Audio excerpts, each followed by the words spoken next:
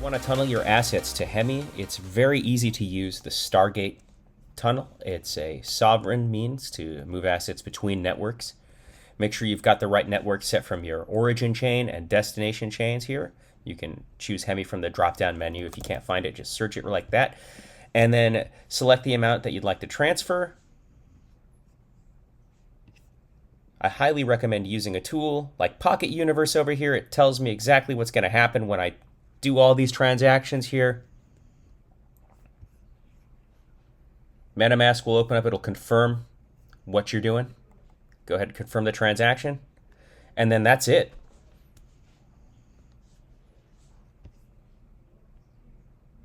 It will take some time for the transfer to complete, but you can feel free to close the extension there. And that's that. You can view the transaction on the Block Explorer once it's complete here, and you can see how many block confirmations have come through and that it was successful. And that concludes this tutorial.